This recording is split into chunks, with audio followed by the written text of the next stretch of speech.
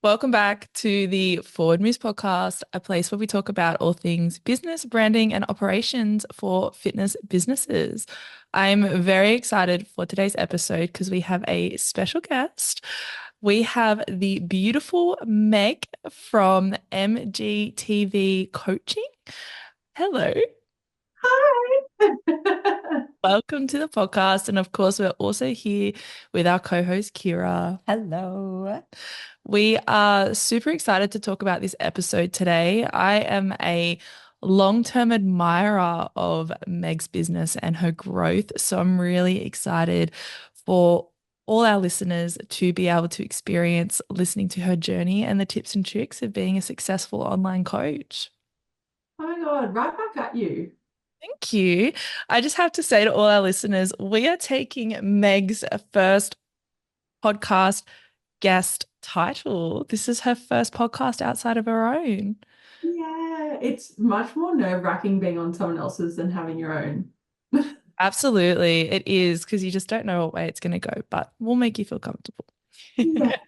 I literally was just filming an Instagram story saying I'm about to get on a podcast and I'm nervous, but I had to remind myself that when you're nervous about something like this or creating content, it's because you're worried too much about yourself and not about trying to serve others. So I'm here to provide value. So Absolutely. And you have so much value. You probably have one of the most successful businesses I know up in the North area.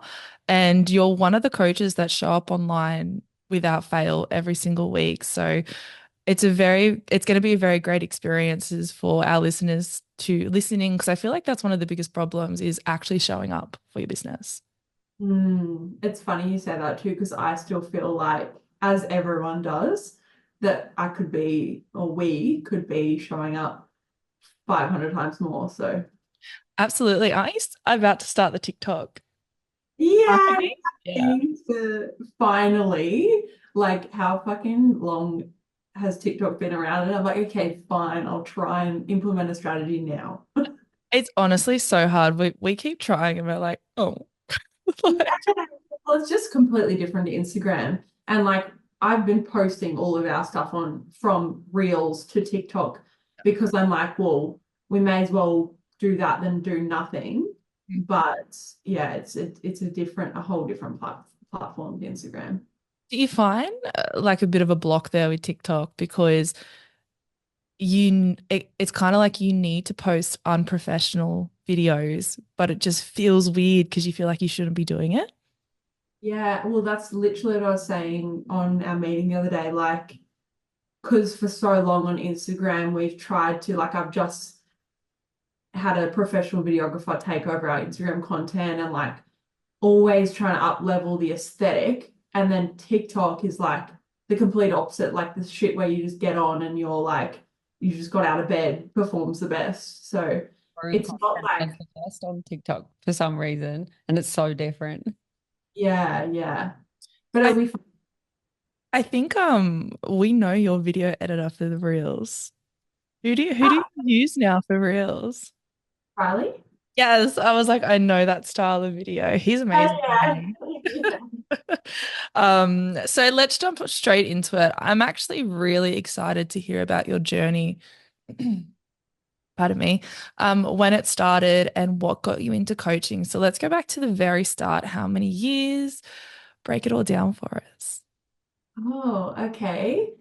I started like 9 years ago, I think, almost. Yeah. And I actually used to dance professionally, and then I did this rogue season at the snow. And when I got back, I'd done my PT certs, but I was kind of not really ready to get into that yet. Um, and I applied for an assistant manager position at a gym.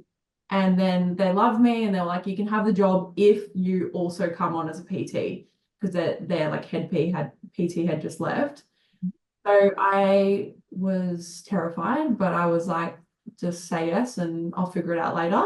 So I did that and it was the best thing I have ever done. I built the most incredible community and I was absolutely thriving in like the first year of the business there. I'm just going to give you guys like top line of everything, and you can tell me if you want me to go into more detail or anything. So you started as a PT manager. How old were you when you started as a PT manager at the gym? 20 or 21? Yeah, well, that's young to be a PT manager, Wow. managing other PTs and No, no, not no, not PT manager, assistant oh, manager at the gym. assistant manager. Um, Oh, okay, gotcha. Yeah, okay. Yeah. And then I got approached by a owner of a world gym because he kind of seen what I was doing online and doing well at that gym. And so I saw that as a big opportunity. Obviously, it was a bigger gym. I was coming from a Snap Fitness. So I negotiated a contract there, moved over, did the same thing, built a big community there. It was incredible. And then COVID hit, and um, I had a little bit of an online business at the time, but I definitely took that as an opportunity to go 100% in on the online business. I literally remember we were at the gym as everyone kind of at work, it happened the same, like quite instantly. Yeah. They said, you know, by 4 o'clock today or something, everyone has to be out until further notice. So everyone was like, oh my God, what's going to happen? And I stayed up till like 2 a.m. or something that night, transferring all of my in-person clients' programs to home programs, sent out messages to everyone saying kind of, this is what we're going to do for the, what's the word? Like, The interim until yeah. like yeah, we know what's happening. Yeah. yeah.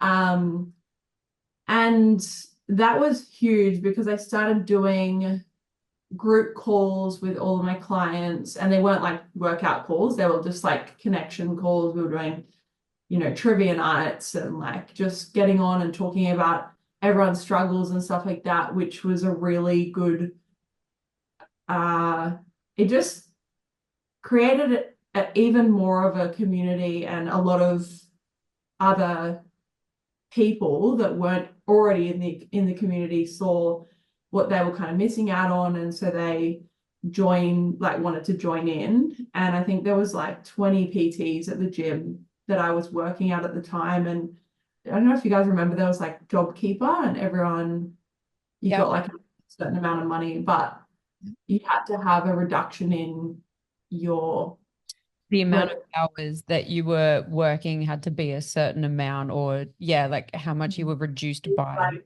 30% of your income or something. And I was the only person out of all of the 20 PTs that wasn't eligible because my business grew through COVID.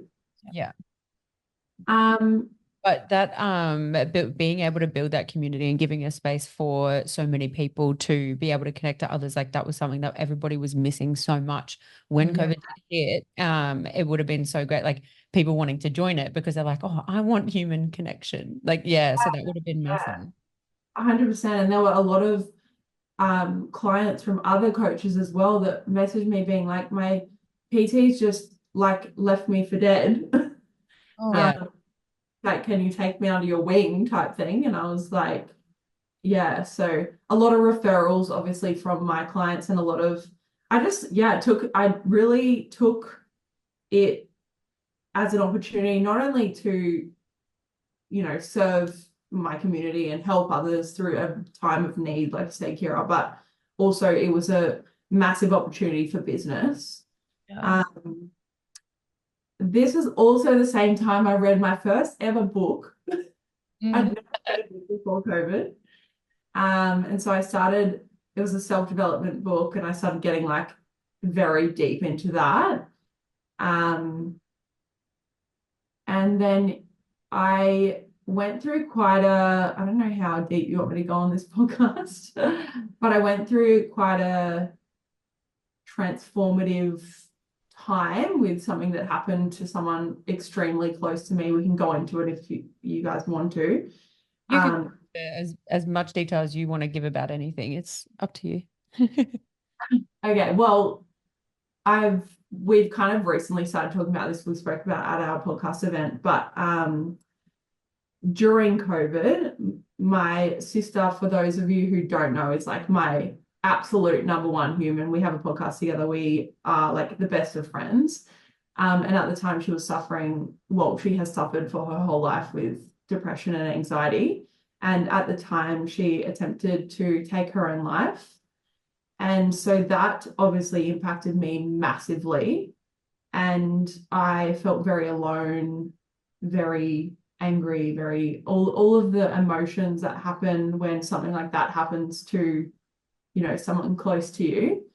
Yeah. And so that I'd already been dabbling in personal development and stuff like that, but that led me into getting really hectically into breath work. Mhm. And so my business kind of just started transitioning away from just, training and nutrition to more mindset related and getting people results kind of from a deeper Like how level. you feel the inside and the outside kind of Yeah, thing, helping people with their mind and their body at the same time. yeah, yeah. So with thank you for sharing. That's obviously a really difficult topic, and I hope that everyone is nice and healthy and doing better. Um, with that, do you feel like I can kind of empathize with you there because do you feel like it was a string of bad events that led to the explosion of your business and led to such a good thing and turned you into a different person? I feel like it was definitely a gradual kind of, I don't know, a progressive thing. Like I've always, for lack of better words, been, successful. Like I've always been a really confident um person, like even as a kid. Um, but I think it just really opened my eyes a lot and gave me a lot of perspective on the world. And obviously, when you're working in a service-based business, you're dealing with people, and like you're selling to people. So yeah, it definitely gave me a bigger I don't know what the word is, but like, yeah, more perspective. And I was able to connect a lot better with people and understand people better and really kind of dig into the things that they were actually struggling with. Yeah. Do you think understanding humans and human connection is something that's not that a lot of people look over in this industry? Do you think that is a reason why coaches struggle with retention? Oh my God, massively. It's me, and so I've got two coaches that work for me. They are literally God's gift to this earth. I love them so much with my whole heart. Absolute angels. We have the best team. Anyway, last weekend we actually did kind of a revision of our brand values, content pillars, and kind of our tagline for what our coaching is about. And we came up with the saying, nutrition is a science, but eating is a behavior. Mhm. And that's like been the biggest difference, I guess, from when I started PTing and focusing on the physical results to the kind of insane testimonials that we get now is because it's so much more than just like the biggest thing that I'm always, I guess, trying to get coaches to do more of is understand their clients on a deeper level and ask better questions and all of that type of thing, because it's so common, like when that they're not getting, their clients aren't getting a result and they're like giving them all this advice and it's just not landing because they haven't actually identified what the issue is in the first place. Yeah. Like understanding the clients more in depth from person to person rather than treating just like this is the knowledge that I know and this is what I'm going to tell them, instead of understanding the person personally instead of like as a number of a client kind of thing. Yeah, yeah, 100%. Is there anything that you do operationally to find out this information? So, for example, in the onboarding process, do you ask specific questions around their personality and how they like to be communicated with?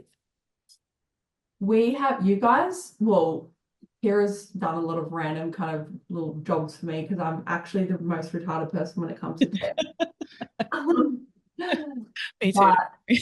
But our onboarding process is literally the best thing ever. Like, because we're constantly, everything new that we learn or every challenge that comes up, we're like, okay, how can we Mhm. optimize the system we're using, the process that we have for the clients?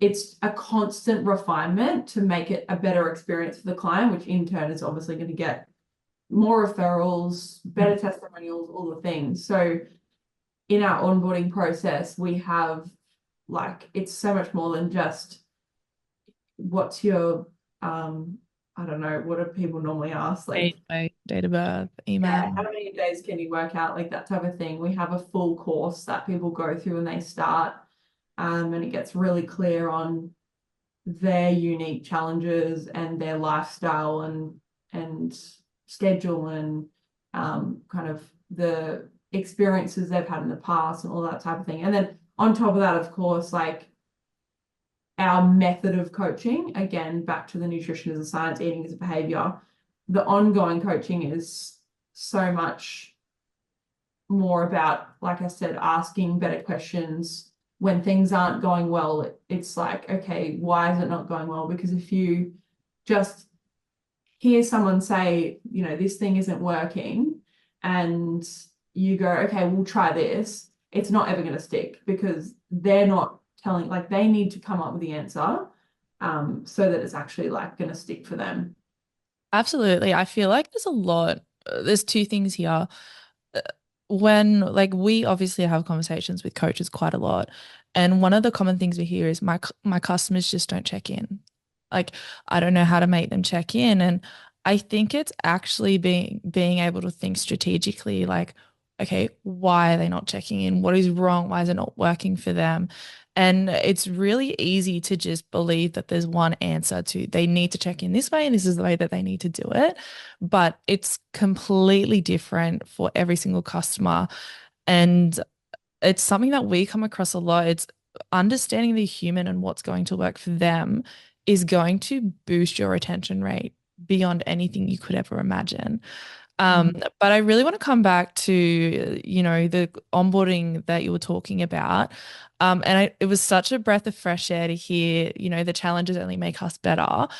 In the past, when you had a failure or when you had a challenge come up, were you like, oh my God, I can't do this anymore. I'm gonna leave my business. Like, where was that turning point for you to be like, I'm gonna use this as ammo to improve it and become better?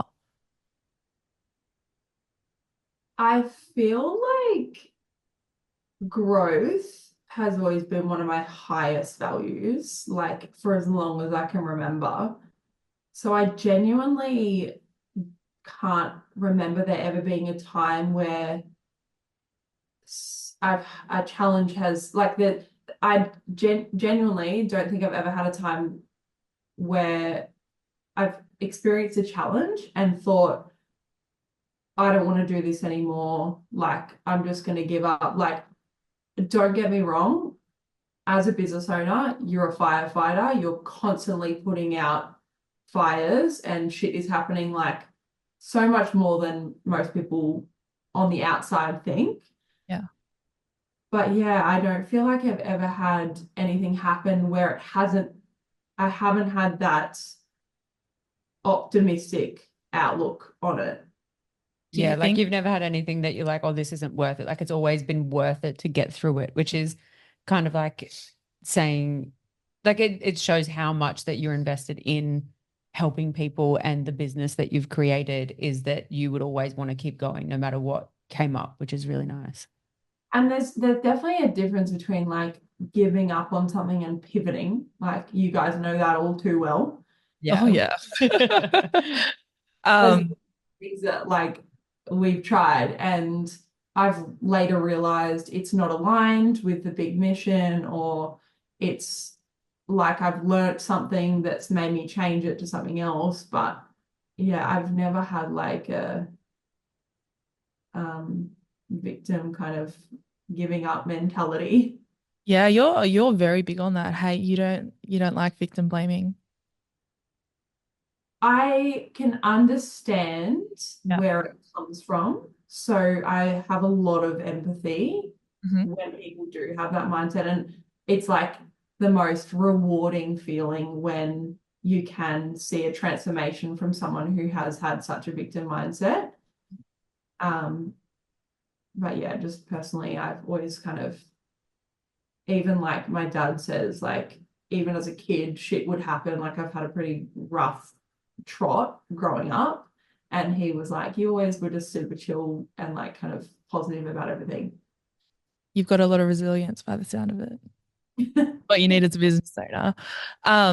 Do you think a growth mindset is essential becoming a successful coach? Oh my God, 100%. It's literally the difference between if you will succeed or not. Yeah, definitely. And also with the story that you've been telling us, it also just sounds like pure hard work, really, really grinding for a really long time to be where you are.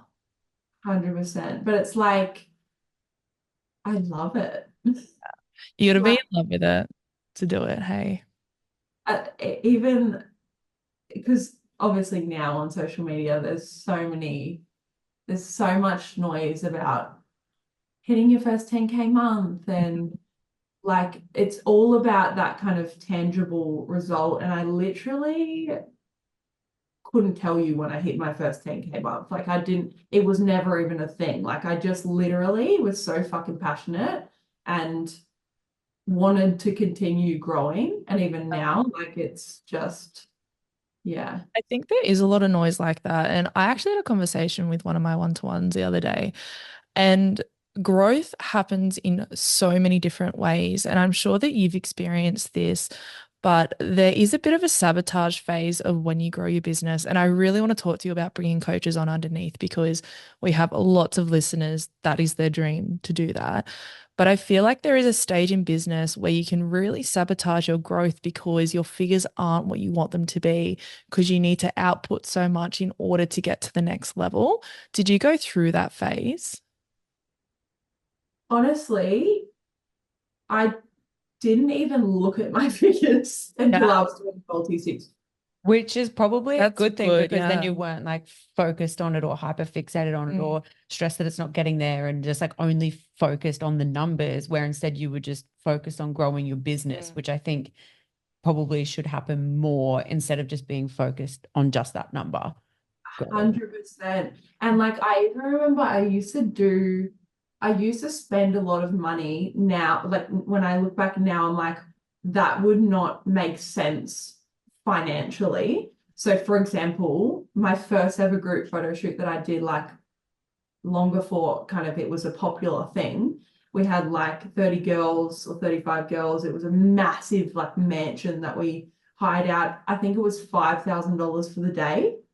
And then I did a yacht party the next day for another $5,000. Like I just didn't think about it, right? But Okay, I can I join? Oh, sorry, keep going. what was that? Oh, look, can I join? Sounds so Yeah, it's fine. But like I fun. absolutely would have got the return on that investment from like the vibe that we created and how much of an incredible experience everyone had. But now I would obviously be crunching numbers and doing the Yeah. thing for the team and blah blah blah. But there were so many things like that where I just didn't like I didn't yeah, it didn't make sense, but I was just focusing on my community and serving and giving them the best experience that they could have. And it would have been exciting too. Like it would have just been like, oh my God, first team shoot, like exciting. Let's do this, let's do this, let's do this. Like, let's do everything. But then, yeah, looking back at, yeah, you're like, why did I do everything? But yeah. Literally. But I have to like, because I had a conversation with one of my business clients the other day, and she wanted to bring on an expert for one of the group programs she was launching, and it was a certain like a few $100s. And I had to kind of, yeah, it was an interesting um conversation for me because I was like, there were things I did when I was growing and growing fast that I didn't like think so much about it. I just fucking did it. If it felt like if I thought it was going to get a good result for my clients. Mhm. Oh my God, I can relate to that so much. I just said yes to everything and here we are. Yeah. I really want to pull apart your business because we have lots and lots of listeners that can only dream of being in the position that you're in. So, when it came to your coaching, were your books full before you put on another coach? Were you thinking about putting on another coach? Like, what was that process when that all happened? I was literally balls deep in clients. I think I had like 130 something clients on my own, one Oh my on. goodness. Oh my God, that's incredible. 130 clients on your own. That's And now my insane. capacity is like very low.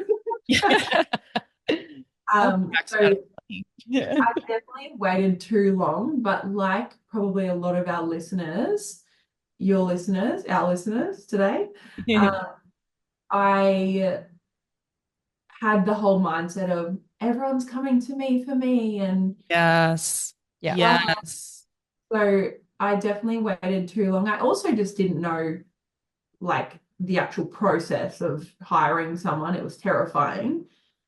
So I hired my first business coach, and she was a big catalyst for me to see my business as a big business. Mhm. Because up until then, I kind of I couldn't really, I was always just kind of doing things Mhm. um, as I went along because I just enjoyed doing it and I just loved the growth. But I didn't really look at my business any further ahead than like that year or whatever. Um, so yeah, I definitely should have done it sooner. And I encourage my clients now when they get to a certain point. It also depends on what your capacity, like what you want your capacity to be. Because for one person, 100 clients, like they could absolutely thrive and be like someone who, loves doing long hours and working heaps and blah, blah, blah. And for someone else, 20 clients could be like their limit. So you kind of have to identify what your long-term goal is first and then work backwards from there. But my first hire, which not many people know about, was an absolute flop. I Really? know about this actually. We've spoken about this before you had the girls that you have now. And I remember us talking about it and you were like, oh my God, I was not picky enough. Well, no, because this is a funny thing. I thought I found this unicorn Mhm. and it could not have gone more wrong if I tried. Like I waited for quote unquote the perfect time to hire, and it could not have gone more wrong. So that's another reason why I'm like, you're never gonna be ready. It's never gonna be the perfect time, la la la. But I also take like full responsibility in that my process was not where it needed to be, and I didn't have the experience in that process to, facilitate a good like onboarding for this new coach. So that lasted all of 2 days.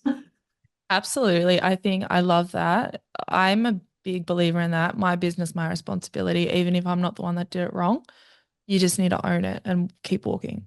Yeah, yeah, and like what we were talking about earlier, at that time I could have very easily gone, oh, this isn't for me, like I'm a failure, I'm gonna quit my business, or I'm never gonna hire again. Yeah.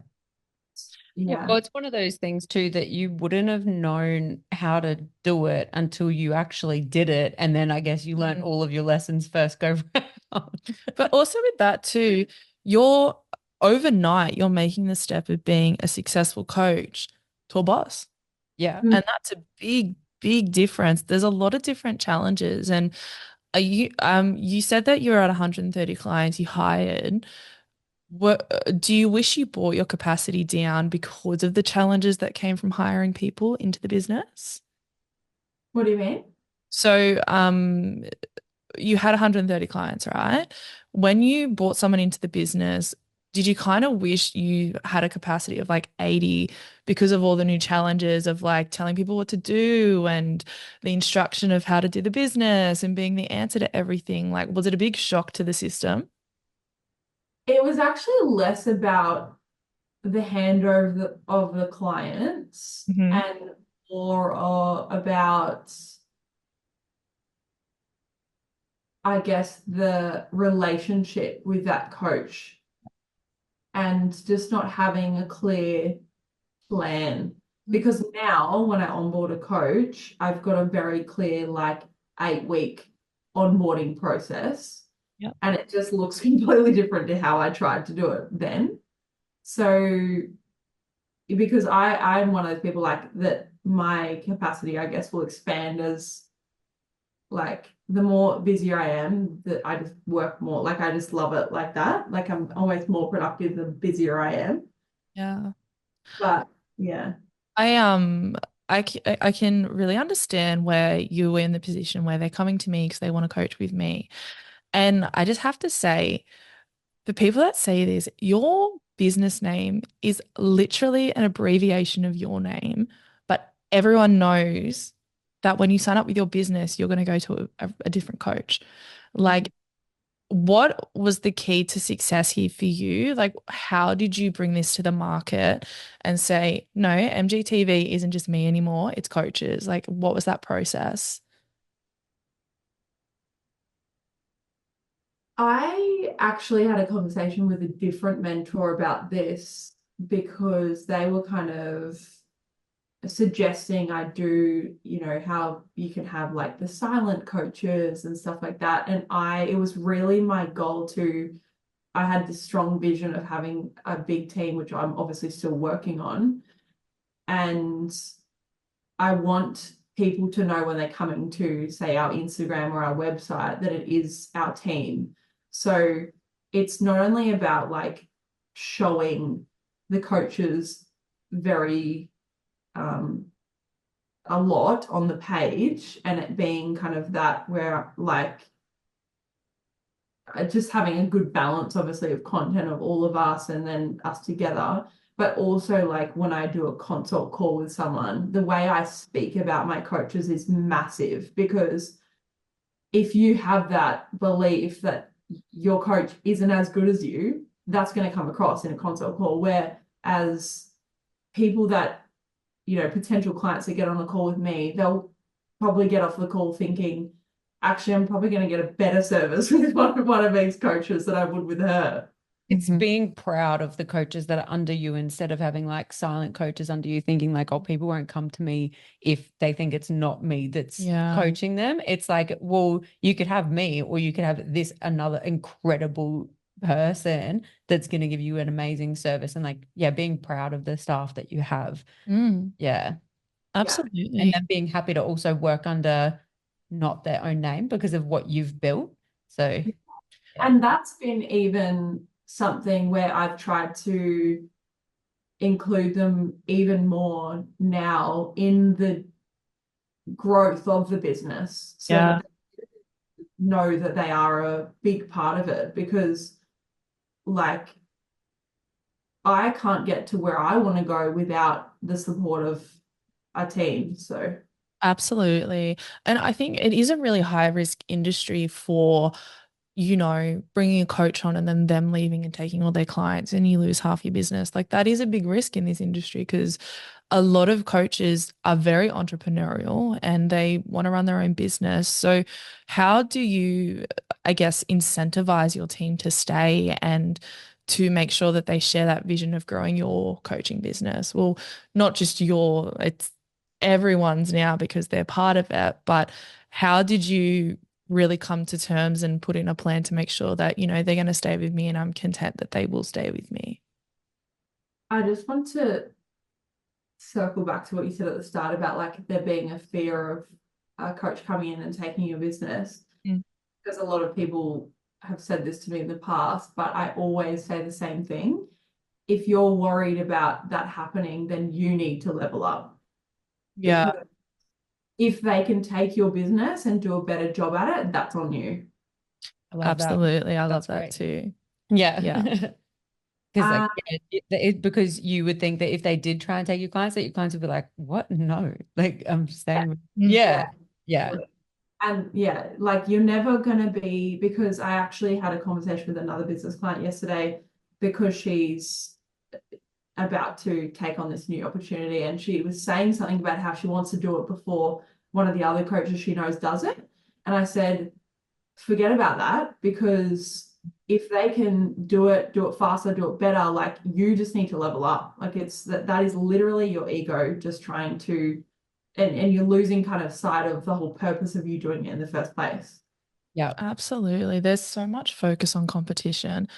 If you, and I always say this, and we're victims of this as well. Like when I focus on the competition, my business will go shit. When I'm And focusing on us, we explode. And like we have been focusing on us for the last 6 months, and people can tell that. So it's so easy to get caught in that hole. But absolutely, you need to take responsibility and get yourself out of it. yeah. There's a mute button for a reason, guys. There's a mute button Yeah. for a I reason. think we just like get off Instagram. Like Yeah. I notice a significant difference in my mental health and drive for my business when I spend more time on Instagram versus when I don't. And people think that there's like this, they're like, I need a new strategy, or I need to do this, or I need to do this. And I'm like, you actually just need to fucking stop worrying about what everyone else is doing and just do the one thing that you should be doing, that you know you need to be doing. Do what feels good and do what feels right for you, because that's when you'll thrive, instead of being like, oh, they're doing this, I should do this. And so it's like, well, no, just let them do what they want to do and do what you want to do. And people who are uh, like vibing with what you're putting out, they'll come, like it'll work. And you just focus on your business. Like I know I say it to you quite often, but if anything comes up, and I'll be like, don't worry, just don't worry about it. Like it means nothing. They mean nothing. Let's I'm a just spiral pastor. I'm like, "Ah." and I'm like, nah. Toxic positivity. Just Yeah. don't worry about I'm like, just don't worry about Something it. actually happened yesterday and I was really upset. And Kira's like, so? I was like, And okay, sorry. carry on. That's like what it's like when you talk about business to your male partner. Mm. Yes, yes, absolutely. And I think as well, I've just lost my train of thought. I've just lost it. It's gone. Yeah. Um, actually, I laugh when people say I need new strategy. I've honestly been using the same strategy for a year. I Yeah. think once you implement a good strategy, you don't need to change it. You just need to make little bits and pieces, and that's it. Yeah. I love actually, like, even what you guys put out on the podcast. It's really refreshing for me to hear, because I'm like, it's it is like the shit that you just need to be doing, and people, yeah, they're always trying to find the next best thing, it's the whole complexity bias of thinking that you have this bigger problem than you actually have. And yeah. Oh my goodness, absolutely. And like I always view business as a science. Like it's never going to be it. Every business is different and the same strategy won't work for every business, but it's a science. You put in the work, you get more money. Mm, Fix the mm, strategy, you get more money. And I think a lot of people forget about that because there is so much noise online about you should be doing this and you should be taking my course. And we just dropped a episode today actually about constantly doing courses and constantly doing this. You're just procrastinating the problem. Like by taking that course, you're pushing it back another month. Like just do the work. yeah. There's a saying that I love, with I like that I'm often saying to people, in like to my business clients, and it's that they're playing checkers, not chess. Because Yes. checkers is a game of just trying to get all of the pieces, whereas chess, you're focusing on getting to the king. Mhm. And everyone, like you're saying, they're doing 100 courses, they're trying to collaborate with 100 different people instead of just focusing on the one thing that they should be focusing on. Yeah. Yeah. That's like Absolutely. in that episode the job today, he said bigger isn't better, better is better. Mm. Yeah. Yeah. So it's like the more that you do and the more that you try and do, and all a focus on Mm. isn't better, just focusing on being better is better. Yeah. Mhm. That like It's that episode in particular, he's one of my one-to-ones, and I banned him from doing another course, and now he's opened a new establishment because he Yeah. actually did work. So yeah. But I want to dive into your business coaching because I'm a huge, huge believer in order to be a business coach or consultant, you need to run a successful business Oh, to cool. understand the trials and tribulations, because even to this day with your coaching business, you would still get trials and tribulations. You're still learning. So when did you step into this area? How did it happen? Was it a plan? I definitely fell into it. Mhm. Because I cannot agree more with what you said. I think there's a lot of, in quotation, business coaches that have a failed business and then gone into business coaching. Mm. The math ain't mathin', but um, I definitely fell into it. I had one of my old, I guess, like acquaintances reach out to me on Instagram just saying like, I love what you do. I don't know if you do this, but would you be, open to mentoring me? Blah, blah, blah. And I was like, full transparency. I have no process. I don't know what I'm doing, but I would love to help. And it's funny because at the time I charged her what I was like a third of what I charge now. And I also offered her training and nutrition coaching with the business because I was terrified that I wouldn't get her results. Yeah. It's ironic because she ended up literally doubling her revenue, hitting six figures, and leaving her like in-person job and going fully online. But yeah, and then I just started posting results, and the same way that my fitness coaching business grew so organically is literally just posting good results and how I was getting those results. I just had more people kind of message me um, asking if I could help. I will give you credit. Every time I look at your story, there's results. Every single time I look at your stories, there's a form of social proof. And I think everyone forgets to just snapshot the little messages and put them online because they matter as well. Yeah. So credit where it's due. Every day you've got results on that story, no matter what. And that's how you build a successful business, guys. People will follow people. Right. But as a business coach, I'd love to get your views. So, what are some of the common problems that coaches are coming to you with? Common problems, obviously, and you guys know this Mhm. so well, would be just general systems, processes Yeah. thing, because I think it's quite evident that we have a good process, and our clients have an incredible experience. And then just like probably being really confused and conflicted with all the information and all the different things, and they're kind of trying to create this business, but they don't know if they should do one of the 100 things that they've seen on Instagram that day. Yeah. So, That makes it really hard. And also, I think being confused, it shouldn't be like you shouldn't feel bad about being so confused. Like it's nothing that you get taught when you're doing your certifications and getting qualified. And then it's just like, okay, here's your certification. Now run your own business. So, yeah. yeah. So I think yeah, and everyone's doing everything, and you think you need to do everything immediately straight off the bat. So, yeah, that would be hard. Yeah, and I actually I was mapping out like a more of a group business coaching program, and I was getting really clear on my avatar for it.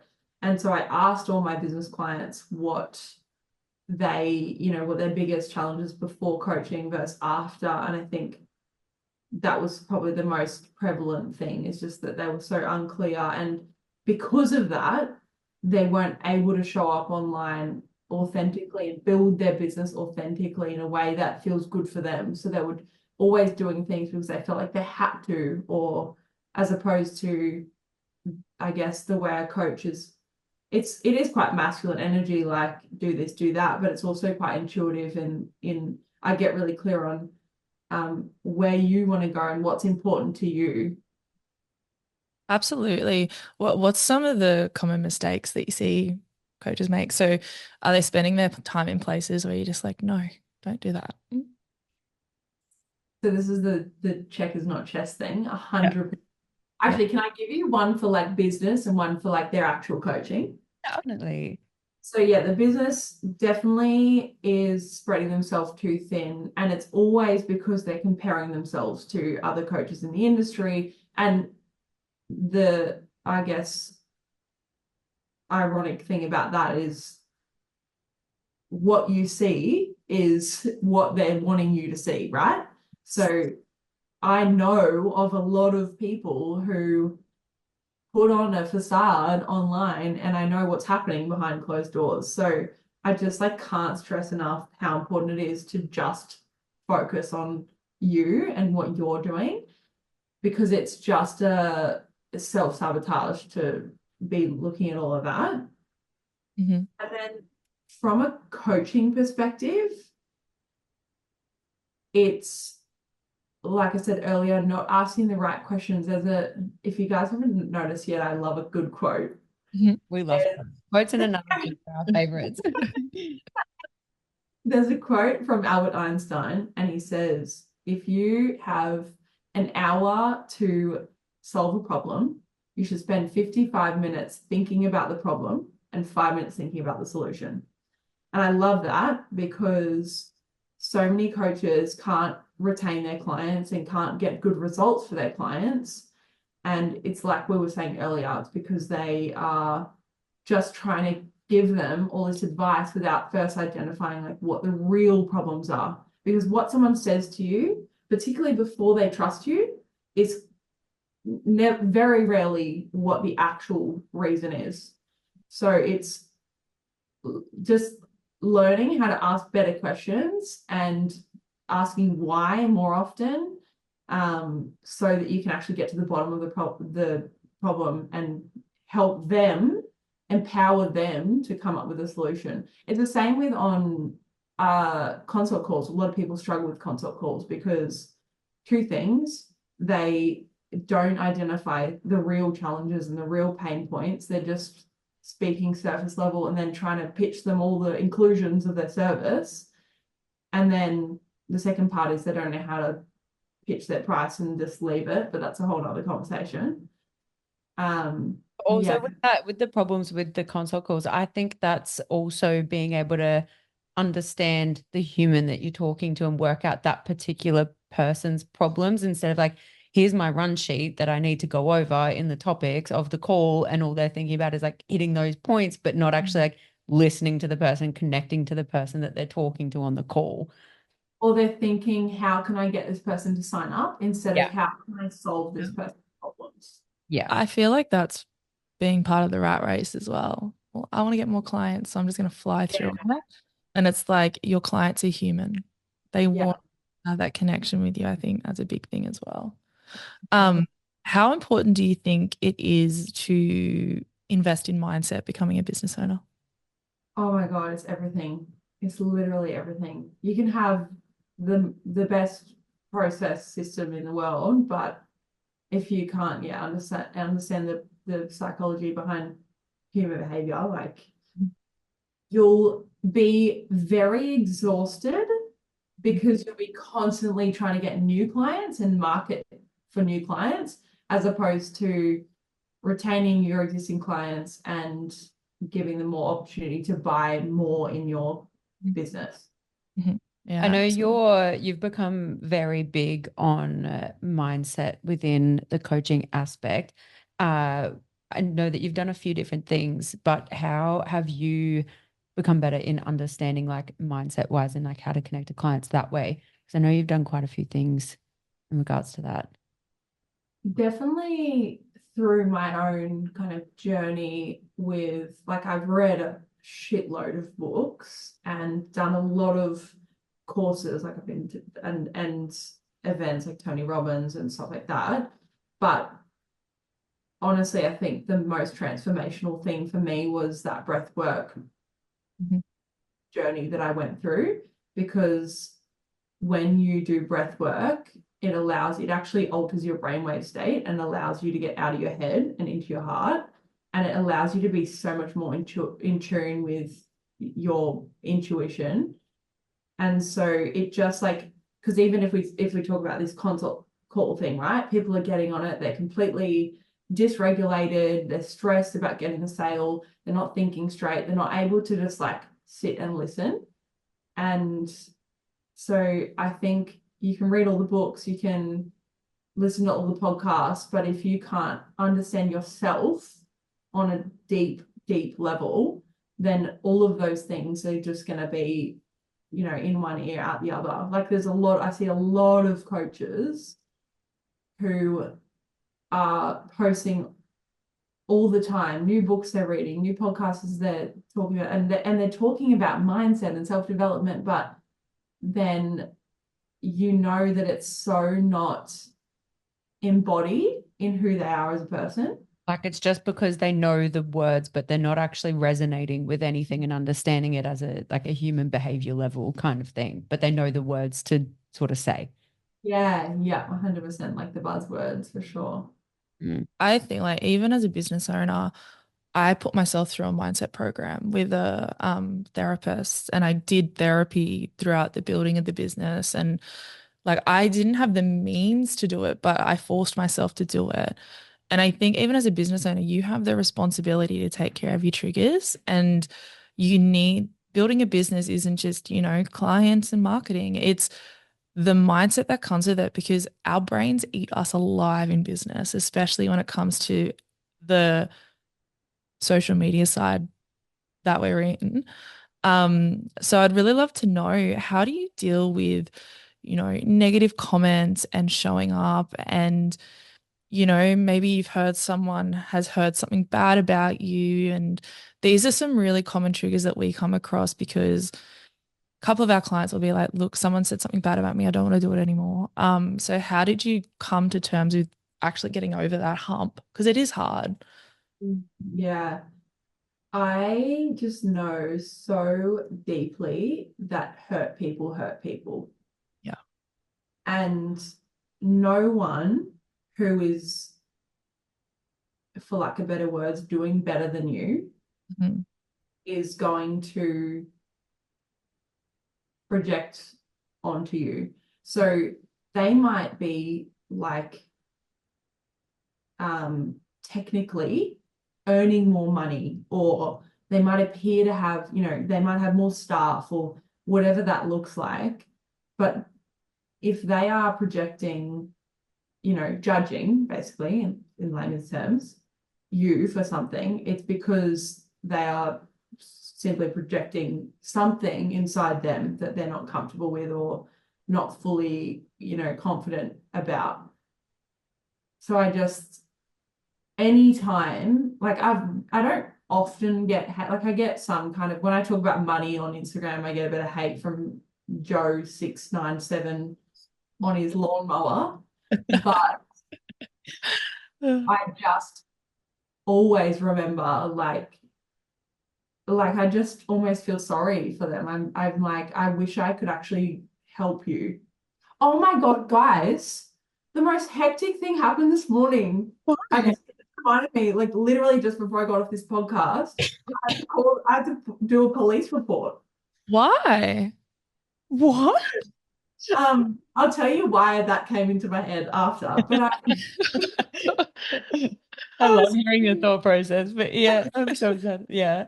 What happened? There's this guy in his, it's actually not funny, but like there was this guy in his car and I was driving into the Pac Fair shopping center and he was just like blocking the whole thing and his window's down and I was like, we were kind of, me and this other guy were beeping him and we couldn't get past him. And so we got out and he was absolutely buckled on all of, you know, whatever drugs, alcohol, all the things. And so I had to like call the police and put in a report. And then he started like hooning around the car. It was terrifying. That is But God. yeah, but the why that came into my head is because I was talking to Nick because I went in, it was for my PT session with my boyfriend. And I was saying, I actually, because I was like, oh, I wonder if I like had gone up to the car to try and get him out. Like what, I feel like I could have tried to speak to him, like, to try and talk him out of it. And I was saying how, like, I felt, because he said, he could have done anything, could have got really aggressive, blah, blah, which is so true.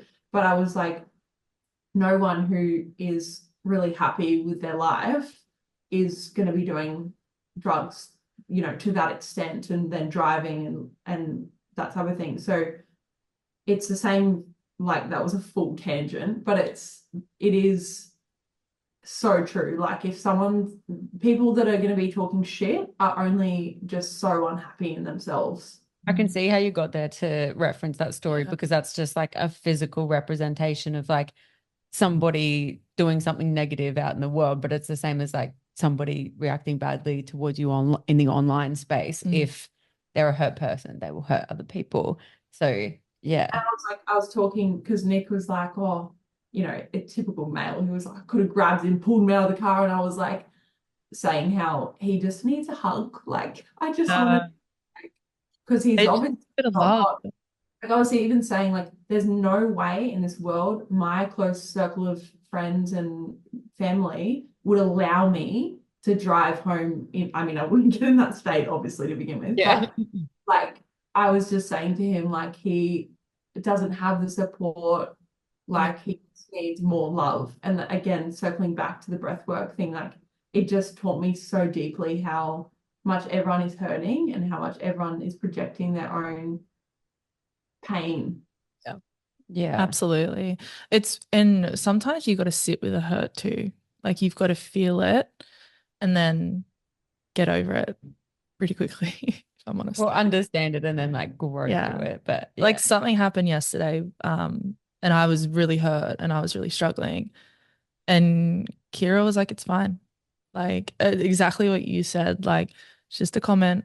Let's just move on, kind of thing. So sometimes, like, I really find that I need to sit with it and think about it and then realize who's in my circle and they don't care about it. Like, it's very important to have people like that to fall back on. Yeah. Well, it was also more like, if that's where they want to put their energy and their focus, is to tell other people negative comments about somebody else, let them. If that's what they want to do, that's more of a reflection on them than it is on us. So I'm not worried. And also, like, this is it's going to sound a bit dramatic and cliche, but literally imagine getting to the end of your life and being like, wow, I didn't do anything I wanted to do because I was so worried what everyone was thinking of me.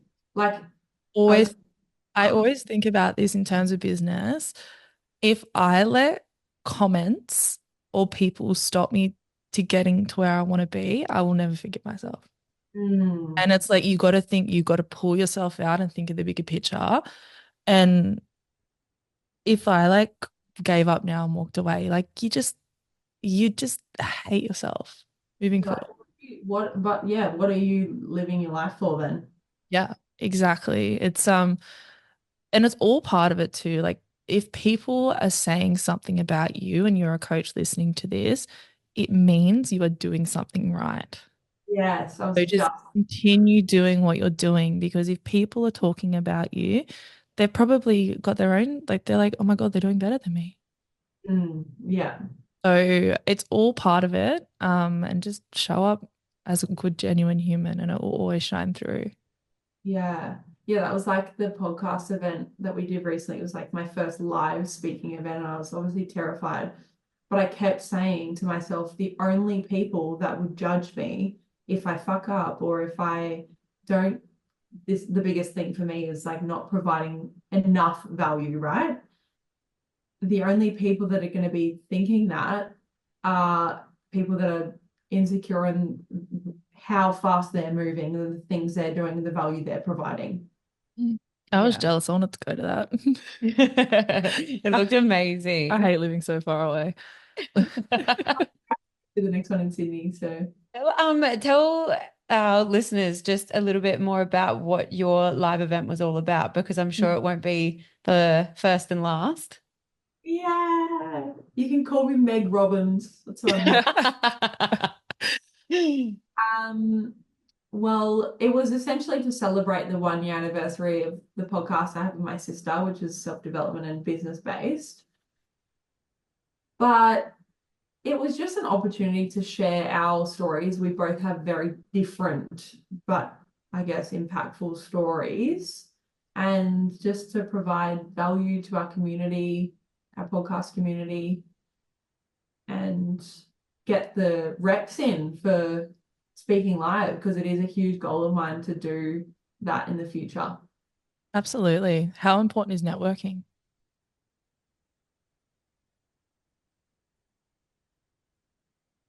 Define networking. So, like, how important is it to go to events and host events and meet peers and have that? Oh, yeah, massive. I think it's more than just like the net, because I think a lot of people can get stuck in like the networking trap of, going to those events and stuff like that for the wrong, Mm. for the sake of going to them or whatever. But it's, I think, more so about being around people that normalize taking bigger action than you do, and normalize, like, hold you to a higher standard for yourself. Yes, absolutely. That is actually something I was talking to Kira about yesterday. As a business owner, like it's inevitable that you're going to go through that loneliness phase of losing everyone. And it doesn't mean that you don't love them. It's just, you grow out of what you used to be. And there's been a lot of talk about me moving up north lately, and I think we're almost there. So I'm low-key your fangirl, so. thank you. So there's a little bit of talk about me going up north just because like we're desperate to have an office. Like we're sick of being virtual now. We want to be together. Also, like if we make one change, there's 15 Zoom calls, 10 Looms, 30 messages, whereas if we're at the same table, it'd be 2 clicks. So like lots of talk about it. And we've got a bit of an opportunity now where I can come up. And I just said to Kira, I was like, I have friends here and I love them, but my business friends are up there and I want to be around people that understand what the hell I'm going through and that support that growth in me. And it's, oh my, I cannot even express how important it is. And like, I still have that feeling of loneliness because although I have fantastic friends that are an escape to what I'm doing, I need friends that are also not an escape and can be like, okay, well, let's try this and let's do this. And yeah, it's just, I don't know where I was going with that. I've lost my train We're of thought, talking but about networking isn't, yeah, I networking love it. isn't as such Mm. like networking to find other people to like collab with and work with and things like that. Yeah. It's like it's finding more people that That's are why I was like like, you. yeah, so I was kind of wanting to get clear on the question, because I think obviously collaborating in business is huge. But I am like the queen of, like, I will have no shame to message someone that I want to connect with and be like, let's go for a walk and coffee. Like, what's the worst that's gonna happen? They say no. I'm like, cool.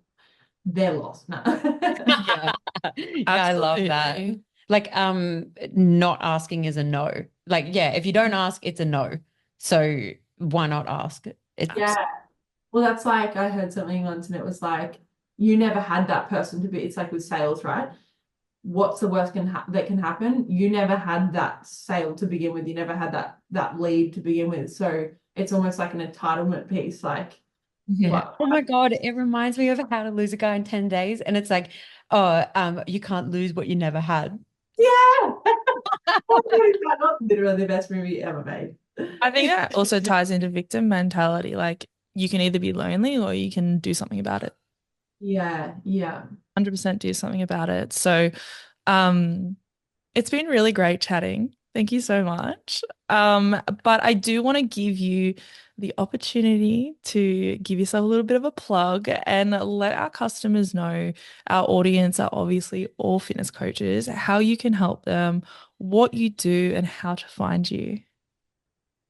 Um, uh, so my fitness business page is mgtvy.coaching on Instagram.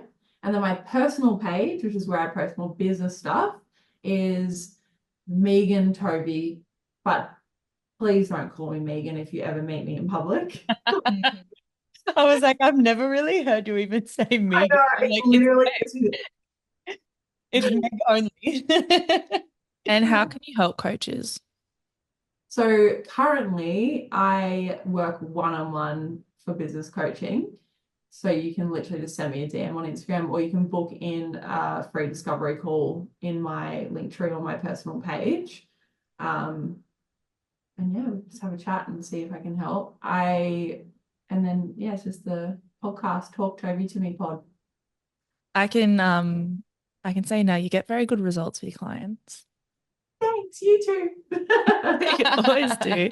And for any coach that is listening, just remember it is so important to have a soundboard at all times in your business. So never look at a business coach as a cost, always look at it as an investment, because just what we've been talking about in this episode, when things start to go wrong in business, you can easily go down that spiral. Whereas if you have someone, for example, Meg, who's had a coaching business for 9 years, she's probably been through it 30 times and goes, don't stress, it's going to be fine. So always look at it like that. And I really do recommend for you to go check her out. Content is hilarious.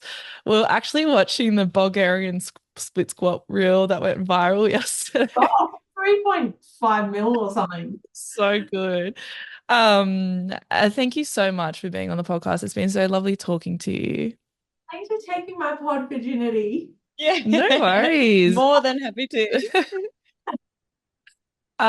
And if I move up, we'll have to go for a walk. Keen. Thanks I'll so go walk. much. I'll go walk with my puppet. Um, Thank you so much, everyone, for listening, and we will see you in the next episode.